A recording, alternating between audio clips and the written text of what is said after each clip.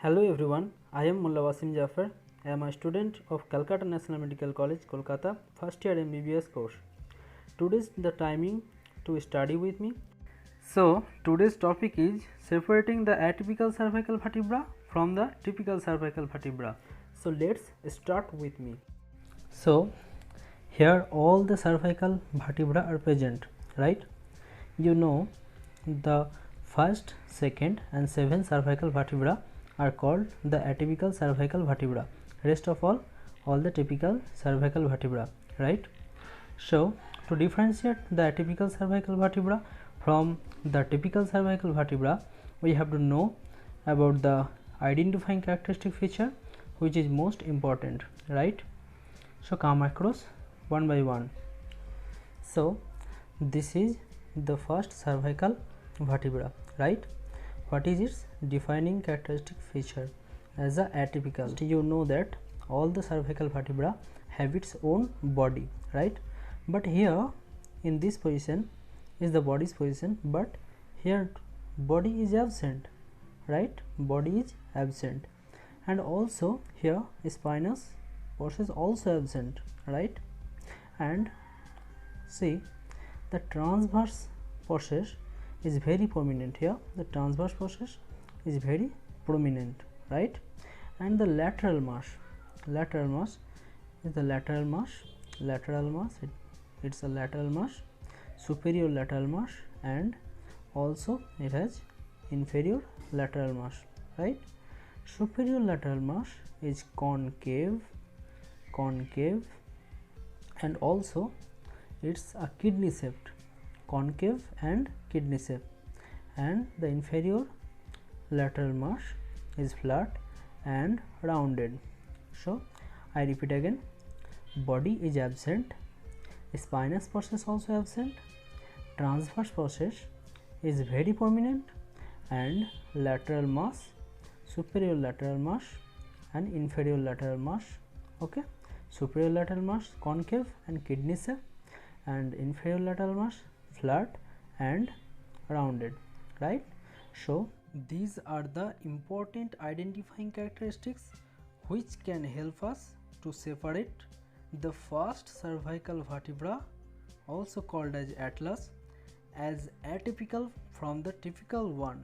So come to the next. This one is the second cervical vertebra, right? So this is its body, and from the body a conical shape is project, right? So this is the dense or odontoid process. Number 2, in both sides the superior articular facet is present, which is weight bearing, and also massive and large spinous process, which is bifid. So I repeat, odontoid process, superior articular facet, which is weight bearing, and also the massive and large spinous process is present, right? So come to the next. This is the seventh cervical vertebra, right? Or the vertebra prominence, due to have a long horizontal unbifid spinous process which makes a palpable prominence in the vertebral column, right? So this is very prominent. And also this anterior root, anterior tubercle, intertubercular line, and posterior tubercle, or the costal element, very thin. Sometimes what happen? Sometimes it remains unfused and it remains as a cervical rib, which would compress the lower trunk of the brachial plexus, so it leads to Klumpke's paralysis, right? Rest of almost all characteristics are similar as the typical one, right?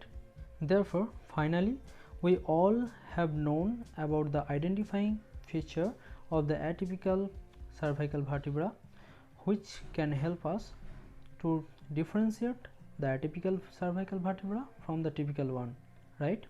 So now I am mixing the all cervical vertebra, and then at last select one by one atypical cervical vertebra, right? We have to select the first cervical vertebra. Remember, what is the identifying feature of the first cervical vertebra?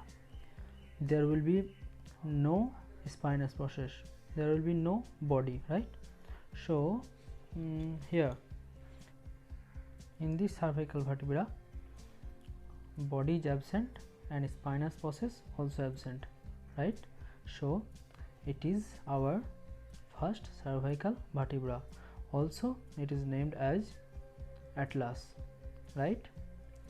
The globe of head remains on it, so it is also called atlas. I put it aside. Then we have to select the second cervical vertebra. Remember the characteristic of second cervical vertebra. It has an odontoid process, also the largest and massive spinous process, right, and weight bearing superior articular facet, right?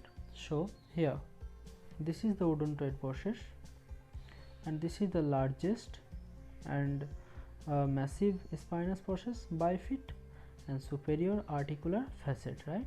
So this is our second cervical vertebra, and also its name as axis, right? At last we have to select our 7 cervical vertebra. It may create very confusion between these 2 cervical vertebra, but we have to choose the correct 7 cervical vertebra, right? These 2 cervical vertebra are seem alike, so we have to see the spinous process. Remember, the 7 cervical vertebra has the spinous process which is unbifid, right? So this is unbifid and this is 1, 2, so bifid. For this is our 7 cervical vertebra, right?